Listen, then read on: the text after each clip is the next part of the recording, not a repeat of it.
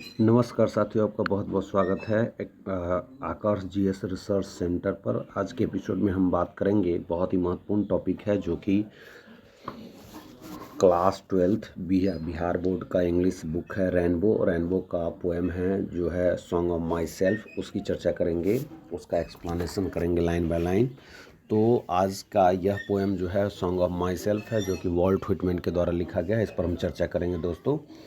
और इससे पहले कई सारे पोएम का हम एक्सप्लेनेशन और समरी डाल चुके हैं लाइन बाय लाइन। अगर आप देखना चाहते हैं तो आप मेरे यूट्यूब चैनल पर जाकर के देख सकते हैं। चलिए शुरू करते हैं। सबसे पहले सॉन्ग ऑफ माई सेल्फ जो लिखा गया है वॉल्ट व्हिटमैन के द्वारा लिखा गया है। Song of Myself is written by Walt Whitman. और सबसे पहले हम पोएट का परिचय जानेंगे कि पोएट का परिचय क्या है। सबसे पहले आप जानते हैं कि वॉल्ट व्हिटमैन जो है अमेरिकन पोएट है ना।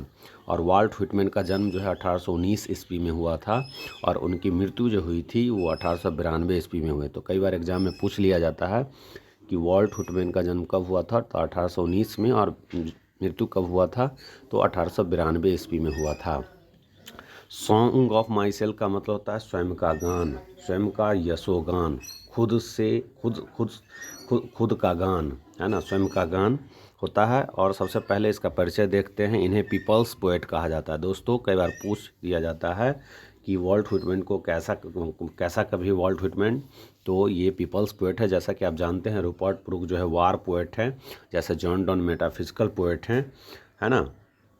ठीक उसी प्रकार से जो ऐसे रूपर्ट ब्रूक वार पोएट हैं, उसी प्रकार से ये जो वॉल्ट व्हिटमैन है पीपल्स पोएट हैं कि लोगों की कठिनाइयों के बारे में लिखते हैं। लोगों के अंदर में जो लोगों के अंदर के साथ जो परेशानियां हैं उस परेशानी के बारे में लिखते हैं, हार्डशिप के बारे में लिखते हैं यह कवि। Is perhaps the most individualistic literary figure, है ना। मतलब वॉल्ट व्हिटमैन जो है लोगों के कवि हैं, शायद सबसे अधिक विशिष्ट साहित्यिक हस्ती है। That America has ever produce, जिसे अमेरिका ने कभी जन्म दिया। मतलब अमेरिका ने इसे पैदा किया, अमेरिका में जन्म हुआ था वॉल्ट व्हिटमैन का। और ये बहुत बड़ा फिगर है, बहुत बड़ा जो है विशिष्ट साहित्यिक हस्ती है। कौन? तो वॉल्ट व्हिटमैन हैं। He began working as a carpenter before his 12th birthday. उन्होंने अपने 12वें जन्मदिन से पहले ही बढ़ई का काम करना शुरू कर दिया। मतलब 12 वर्ष होने से पहले ही वो जो है क्या करना शुरू कर दिए, तो बढ़ई का काम करना शुरू कर दिए उन्होंने। He also worked as printer, teacher and editor. उन्होंने एक प्रिंटर के रूप में, शिक्षक और संपादक के रूप में भी काम किया। 12 वर्ष होने से पहले वो जो है कारपेंटर, बढ़ई के रूप में काम करना शुरू किया, और साथ में ही वो एक प्रिंटर के रूप में भी काम किए और एक शिक्षक और एक संपादक के रूप में भी काम किया। And was a volunteer nurse during the Civil War. और गृह युद्ध के दौरान वह एक स्वयंसेवक नर्स भी थे। Whitman's poetry, all of which is collected in Leaves of Grass. मैं आपको बता दूं कि वॉल्ट व्हिटमैन का जो रचना है और सारा का सारा रचना लीव्स ऑफ ग्रास में जो है एकल किया गया है, कलेक्टेड किया गया है। तो ज़्यादातर जो पोएट होते हैं, जैसे लिरिकल बैलेट्स जो हैं, वो कई सारे कविताएं हैं। उसमें लगभग जो है 23 कविताएं हैं लिरिकल बैलेट्स, जिसको विलियम वर्ड्सवर्थ ने लिखा है। मतलब ज़्यादातर पोएट होते हैं क्या करते हैं, कलेक्शन कर देते हैं, बुक बना देते हैं सारे पोएम्स का। जैसे विलियम वर्ड्सवर्थ के द्वारा जो लिरिकल बैलेट्स लिखा गया है, उसमें 19 जो है कविताएं जो हैं वो विलियम वर्ड्सवर्थ के द्वारा लिखा गया, और 4 कविताएं जो लिखी गई है वो आपको एस.टी. कोलरिज के द्वारा लिखी गई। ठीक उसी तरीके से अपने सारे पोएम्स को इंक्लूड किए हैं Walt Whitman Leaves of Grass में। तो कई बार एग्जाम में पूछ दिया जाता है लीव्स ऑफ ग्रास की कीर्ति है, किनका कलेक्शन है, तो ये है वॉल्ट व्हिटमैन का है। Is known for the free rhythm and lack of rhyme. अपनी मुक्त लय और तुकबंदी की कमी के लिए जानी जाती है। तो ये फ्री वर्स के जनक कहलाते हैं। फ्री वर्स के फादर ऑफ फ्री वर्स जो है वो वॉल्ट व्हिटमैन कहलाते हैं। मतलब फ्री वर्स का मतलब होता है ऐसा कविता जिसमें वह क्या कहते हैं, राइम स्कीम का इस्तेमाल नहीं किया गया हो, उसे हम फ्री वर्स कहते हैं। रिदम का इस्तेमाल नहीं किया। तो इनके कविताओं में जो है राइम की कमी रहती है, राइम स्कीम की कमी रहती है, और जो रिदम जो है उसकी भी कमी रहती है, तुकबंदी की कमी रहती है, और लय जो इसका मुक्त रहता है। Whitman first published it at his own expense इन 1855। 1855 में अपने खर्च पर प्रकाशित किया था। ये व्हिटमैन जो है यह जो लिव्स ऑफ ग्रास को जो है अपने खर्चे पर जो है क्या किया, प्रकाशित किया था। हाउएवर, हालांकि ऐसा हुआ, the free form of the poems, कविताओं का जो मुक्त रूप था, and the joyful dedication to the importance of individual, और व्यक्ति के महत्व को हर्षित समर्पण को, was not well received at first, पहले अच्छी तरह से स्वीकार नहीं किया गया। इनके कार्यों को पहले जो है लिव्स ऑफ ग्रास को लोगों के द्वारा सही ढंग से लोगों ने इन्हें स्वीकार नहीं किया। In fact his collection of poems cost Whitman his job, वास्तव में उनकी कविताओं के संग्रह में व्हिटमैन की उनकी नौकरी छीन ली। वास्तव में देखा जाए तो उनकी कविताओं ने जो है उनकी नौकरी छीन ली, संग्रह ने व्हिटमैन की उनकी नौकरी छीन ली, as to be offence, क्योंकि उसने अश्लील माना गया, ये जो कविताएं लिखे उसे अश्लील माना गया, इसलिए उनकी जो नौकरी थी वो भी छीन गई। इन 1881 आफ्टर मेनी एडिशंस, कई संस्करणों के बाद 1881 में Leaves of Grass finally found a publisher willing to print it uncensored. Leaves of Grass ने आखिरकार एक प्रकाशक को ढूंढ ही लिया और जिसने बिना सेंसर काट छांट के इसे प्रिंट करने की राजी हुआ। कहने का मतलब है कोई इसका पब्लिशर ही नहीं मिल रहा था, वाल्ट व्हिटमैन को कोई पब्लिशर नहीं मिल रहा था लिव्स ऑफ ग्रास को पब्लिश करने के लिए। लेकिन अंततः जो है 1881 में क्या हुआ कि एक प्रकाशक मिल गया और वो बिना सेंसर काट छांट के जो है इसे प्रिंट करने के लिए राजी हो गया। In 1881 transition of this collection were enthusiastically received in Europe, इस संग्रह के अनुवाद का यूरोप में उत्साहपूर्वक स्वागत हुआ। But Whitman remained relatively unappreciated in America, लेकिन अमेरिका में व्हिटमैन की अपेक्षा की सराहना नहीं की गई, लेकिन अमेरिका में व्हिटमैन का जो इस कलेक्शन के लिए सराहना नहीं किया गया। It was only after his death, उनकी मृत्यु के बाद ही जो है that he could win appreciation in America for his original innovative expressions of American individualism. देखिए कई सारे पोएट होते हैं कि उन्हें ख्याति जो मिलती है उनके मृत्यु के बाद ख्याति मिलती है। कई सारे पोएट जो होते हैं, कई सारे पोएट को जो है वो जो पॉपुलर हुए, फेमस हुए, वो उन मरने के बाद हुए। उसमें से पीपल्स पोएट जो वाल्ट व्हिटमैन भी है, जो मरने के बाद बहुत ज़्यादा फेमस हुए। जैसे जॉन डॉन जो है वो जब लिखते थे तो उस समय बहुत सारे परेशानियों को झेलना पड़ा, उतने उनके कविताओं को महत्व नहीं दिया गया, लेकिन मरने के बाद उन्हें बहुत बड़ी ख्याति मिली, बहुत ज़्यादा पॉपुलर हो गए। जैसे वाल्ट व्हिटमैन के साथ भी ऐसा हुआ कि उन्होंने अमेरिकी व्यक्तित्व की अपनी मूल और अभिनव अभिव्यक्ति के लिए अमेरिका में सराहना मिली उनके मरने के बाद। His important works include Leaves of Grass, उनकी महत्वपूर्ण कृति जो है लिव्स ऑफ ग्रास 1855 में पब्लिश हुआ। उनके महत्वपूर्ण कार्यों में लिव्स ऑफ ग्रास 1855 और ड्रम टेप्स जो है 1866 जो है शामिल है।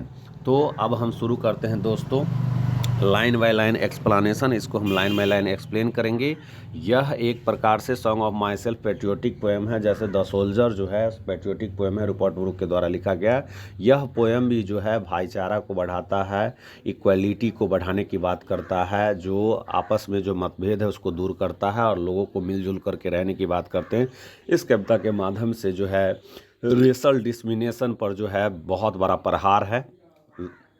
वाल्ट व्हिटमैन के द्वारा जो है जाति कास्ट सिस्टम पर बहुत बड़ा प्रहार है। इस पोएम के माध्यम से जो जातिवाद है, जो लिंग भेद है, उस पर जो है कुठाराघात है। एक प्रकार से यह पोएम जो लिखा गया है लोगों के अंदर में जो है पॉजिटिव वाइब्स को डेवलप करने के लिए, लोगों के अंदर में मेंटेलिटी को चेंज करने के लिए यह पोएम लिखा गया है वाल्ट व्हिटमैन के द्वारा। तो चलिए ये स्वयं का गान जो है वाल्ट व्हिटमैन के द्वारा है, इसको हम लाइन बाय लाइन एक्सप्लेन करते हैं।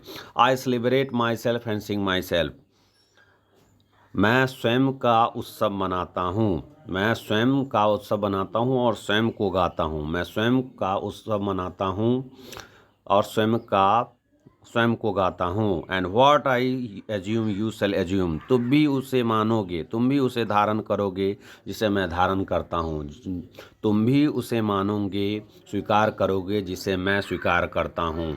कवि कहते हैं I celebrate my self and Singh my self and what I assume you shall assume, मैं खुद का उत्सव मनाता हूँ और खुद को गाता हूँ। And what I assume you shall assume, और जिसे मैं मानता हूँ, जिसे मैं स्वीकार करता हूँ, उसे तुम भी स्वीकार करोगे। For every atom belonging to me as good belongs to you, हर कण जो मुझ में वास करती है उतनी ही अच्छी तरह तुम में भी वास करती है। हर कण, ये धरती में जो है तुम्हारे अंदर में, वो हर कण जितनी मुझ में वास करती है उतनी ही अच्छी तरह तुम में भी वास करती है। I loaf and invite my soul, I lean and loaf at my ease, observing a spear of summer grass। कवि कहते हैं आमंत्रित करता हूँ, मैं आमंत्रित करता हूँ अपनी आत्मा को, है ना, और मैं अपनी आत्मा को आमंत्रित करता हूँ और मैं घूमा करता हूँ रुचि अनुकूल, अपने रुचि के अनुसार से मैं घूमता हूँ, भटकता हूँ। मैं अपने आत्मा को आमंत्रित करता हूँ और मैं बेवजह जो है भटकता हूँ, घूमता हूँ। I lean and loaf at my ease observing a spear of summer grass.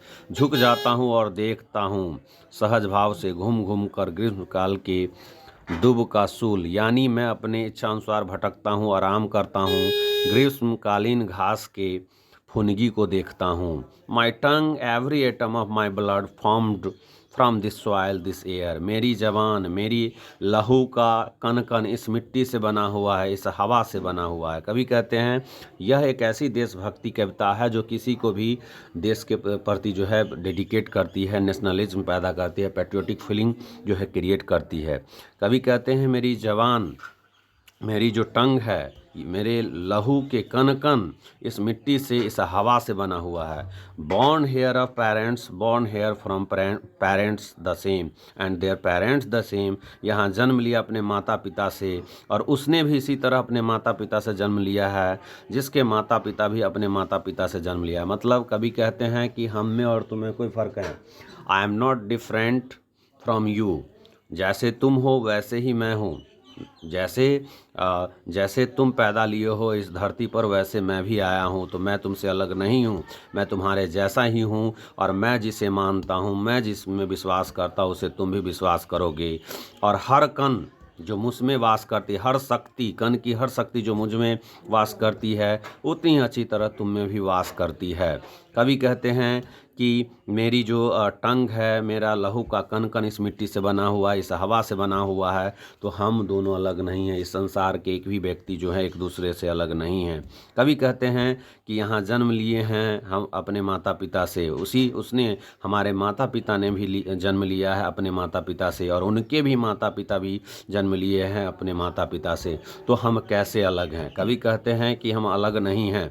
हमारे जैसे मैंने, यानी मैं अपने माता पिता से जन्म लिया, मेरे माता पिता ने मेरे दादा दादी से जन्म लिया, और मेरे दादा दादी ने मेरे परदादा परदादी से जन्म लिया। तो जिस प्रोसेस से इस धरती पर मैं आया हूँ, सभी लोग उसी प्रोसेस से आए हैं, हम लोग अलग नहीं हैं। यहाँ पर कवि इक्वलिटी की बात करते हैं, यहाँ पर कवि जो है सेग्रेगेशन को, कास्ट सिस्टम को, जो जाति प्रथा है उस पर जो है बहुत ज़बरदस्त प्रहार करते हैं। कहते हैं कि हमें भाईचारा के साथ मिलजुल करके रहना चाहिए, कभी भी हमें ये सेग्रेगेशन क्रिएट नहीं करना चाहिए। I now 37 years old in perfect health again. मैं अभी 37 साल का हूँ, ये मेरे स्वस्थ जीवन की शुरुआत है। Hoping to cease not till death, उम्मीद कर रहा हूँ मरते दम तक यह स्वस्थ इसी तरह रहेगा। क्रेड्स एंड स्कूल्स इन एवेंस, सोच और पंथ की दुविधा में, क्योंकि कवि कहते हैं कि सोच लोगों का अलग अलग है, पंथ अलग अलग है, लेकिन सभी लोग का प्रोसेस उसी प्रोसेस से इस धरती पर आए हैं। मतलब सभी के विचार अलग हो सकते हैं, सभी के पंथ अलग हो सकते हैं, लेकिन सभी लोग एक जैसे ही हैं। खून का एक एक कतरा जितना मुझसे संबंध है, जितना खून का एक कतरा जो है वो इसी मिट्टी से, इसी कण से बना हुआ है, तो हम एक दूसरे से अलग नहीं हैं। Retiring back off while sufficient at what they are but never forgotten. थोड़ी देर के लिए भूल जाना ही काफ़ी है कि वो सोच रहे हैं पंथ क्या है, वो सोच और पंथ क्या है। हमको पंथ वंथ से लेना देना नहीं है, क्योंकि हम ये पंथ वंथ के चक्कर में, ये वैचारिक मतभेद के चक्कर में हम एक दूसरे के दुश्मन बन जाते हैं, हम दूसरे से कट्टरवादी हो जाते हैं। तो हमें इन चीज़ों को भूलना है और आपस में एक भाईचारा, प्रेम, सेल्फ लव, अफेक्शन को एक्सप्रेस करना है, जो स्प्रेड करना है, ताकि हमारे देश में जो है शांति बनी रहे, हमारे आपस समाज में शांति बनी रहे। थोड़ी देर के लिए भूल जाना है कि काफ़ी है कि सोच पंथ क्या है, लेकिन कभी भुलाया नहीं जा सकता। आई हार्बर फॉर गुड और बैड, मैं अच्छा खराब सब में विश्वास करता हूँ। कभी कहते हैं कि मैं अच्छा में भी विश्वास करता हूँ, खराब में भी विश्वास करता हूँ। I permit to speak at every hazard, मुझे आज़ादी है स्वतंत्र रूप से बोलने की। Nature without check with original energy, अपनी मूल ऊर्जा में प्राकृतिक की तरह स्वतंत्र हूँ मैं। ऊपर की कविता की पंक्ति का सारांश ये है कि लेखक का जन्म ईसाई परिवार में हुआ है। देखिए, लेखक का जन्म जो है ईसाई परिवार में हुआ है, जिसके पंथ और सोच को वो नहीं मानते। कभी कहते हैं कि मेरा जन्म जो है ईसाई परिवार में हुआ है, लेकिन मैं जो है इस पंथ और सोच को नहीं मानता। अच्छे बुरे सभी कार्यक्रम में मैं भाग लेता हूँ और खुलकर बोलता हूँ। खुद को प्रकृति की तरह स्वतंत्र और मूल ऊर्जावान वाला मानता हूँ। कभी कहते हैं कि मैं प्रकृति जैसे स्वतंत्र है, प्रकृति में कोई बाउंडेशन नहीं है। नेचर जैसे कितना स्वतंत्र है और कितना उसमें जो है पॉजिटिव एनर्जी है, कितना ओरिजिनल एनर्जी है, उस ढंग से अपने आप को विश्वास करता हूँ। तो ये पोएम का लाइन बाय लाइन एक्सप्लेनेशन है प्यारे मेरे प्यारे दोस्तों। देखिए, मैंने इसको एक्सप्लेन किया है। आपको ये वीडियो अच्छा लगा होगा तो कमेंट करेंगे, लाइक करेंगे, शेयर करेंगे और सब्सक्राइब करेंगे। हम इसके समरी को देखेंगे दोस्तों। The poem is written by Walt Whitman, यह कविता जो लिखी गई है दोस्तों, ये वॉल्ट व्हिटमैन के द्वारा लिखी गई है। He is well known for free verse poem, वे मुक्त छंद कविता के लिए जाने जाते हैं। मैंने पहले ही बताया कि जो है फ्री वर्स के जनक कहलाते हैं, फादर ऑफ फ्री वर्स कहलाते हैं। ही वॉज बॉर्न इन 1819, 1819 में उनका जन्म हुआ था और मृत्यु जो है 1892 में हुआ था, पर मृत्यु हुआ था। वह धर्म से आस्तिक उसे कहते हैं जो सभी धर्म को मानता हो। ये धर्म से जो है डिज्म थे, मतलब सभी धर्म में विश्वास करने वाले व्यक्ति थे। ऐसा नहीं कि सिर्फ वो ऐसा फैनाटिक नहीं थे, हठ धर्मी नहीं थे, किसी एक धर्म में विश्वास नहीं करते थे। वो सभी धर्म में विश्वास करते हैं और जो सभी धर्म में विश्वास करते हैं उसे डिज्म कहते हैं। तो वो धर्म से आस्तिक थे। आस्तिक का मतलब वो होता है जो ऐसा व्यक्ति जो सभी धर्म को विश्वास करता है, सभी धर्म में गॉड है, सभी धर्म को मानता है, उसे हम आस्तिक कहते हैं। और उन्होंने ताल पश्चिमी संगीत का एक सिद्धांत पर भी काम किया है ना।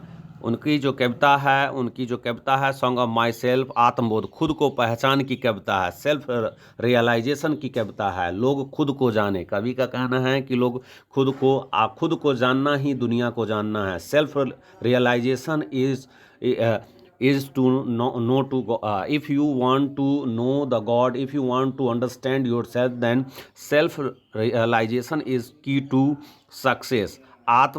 आत्मबोध खुद की पहचान की कविता है। ऐसा नहीं है मामूली कविता है, खुद की पहचान की कविता है। वॉल्ट व्हिटमैन जो है वो क्या करते हैं, खुद के लिए, अपने जैसे लोगों के लिए लिखा था कि ये जो है फ्री वर्स पर आधारित पोएट्री है जो कि लिखा गया है। और यहाँ मुक्त छंद का मतलब है कि कविता जिसे छंद में अनियमित हो। ऐसा मुक्त छंद, फ्री वर्स का मतलब होता है कि यहाँ ये जो है छंद में जो है वो अनियमित हो, इरेगुलर हो। कविता के पहले पद में कवि पाठक से वैसा ही करवाना या सोचवाना चाहते हैं जैसा कवि करते हैं या सोचते हैं। कवि कहते हैं कि जैसा मैं सोचता हूँ, जैसा कवि सोचते हैं, वैसा ही पाठक से वो करवाना या सोचना चाहते हैं। कवि के दूसरे जो स्टेंजा है, कवि आत्मनिर्भर को रेखांकित करने की कोशिश, आत्मनिर्भरता को कवि कहते हैं कि हमें आत्मनिर्भर होना चाहिए, हमें किसी पर डिपेंडेंट नहीं होना चाहिए, हमें आत्मनिर्भर होना चाहिए। पाठकों को अपने हिसाब से काम करने के लिए प्रेरित करने की कोशिश की है। कवि कहते हैं कि आपको अपने हिसाब से काम करनी चाहिए। और अंतिम पद में कवि ने लोगों को नस्ल तथा धर्म के बंधन में बंधने से मना किया है। कवि कहते हैं अपने इस पोएम के माध्यम से कि हमें किसी नस्ल में या किसी धर्म में हमें नहीं बंधना चाहिए, हमें ओवर पोसेसिव नहीं होना चाहिए, सभी धर्म को मानना चाहिए, उसकी इज्जत करो और अपने धर्म की भी करते रहो। ऐसा नहीं कि सिर्फ दूसरे धर्म का से नफरत करो और सिर्फ अपने धर्म से प्यार करो। कभी कहते हैं सभी धर्मों में विश्वास रखो, सभी धर्मों से प्यार करो और सिर्फ अपने धर्म से ही प्यार नहीं करो। तो यह कविता बहुत ही शानदार पोएम है, भाईचारा लाने वाला, शांति लाने वाला और सेल्फ रियलाइजेशन, आत्मबोध से संबंधित है। खुद को जानने के लिए कवि प्रेरित करते हैं। कवि कहते हैं कि हम जैसे आए हैं वैसे तुम भी आए हो, हम तुमसे अलग नहीं हैं, हमारे विचार अलग हो सकते हैं, पंथ अलग हो सकते हैं। कवि कहते हैं सभी पंथों में विश्वास करो, सभी पंथों में विश्वास करो, सभी धर्मों में विश्वास करो, किसी भी धर्म से नफरत नहीं करो, घृणा नहीं करो, नहीं तो ये अच्छा नहीं होगा मानवता के लिए। धन्यवाद दोस्तों। ऐसे ये वीडियो कैसा लगा ज़रूर कमेंट करें, लाइक करें, शेयर करें। धन्यवाद।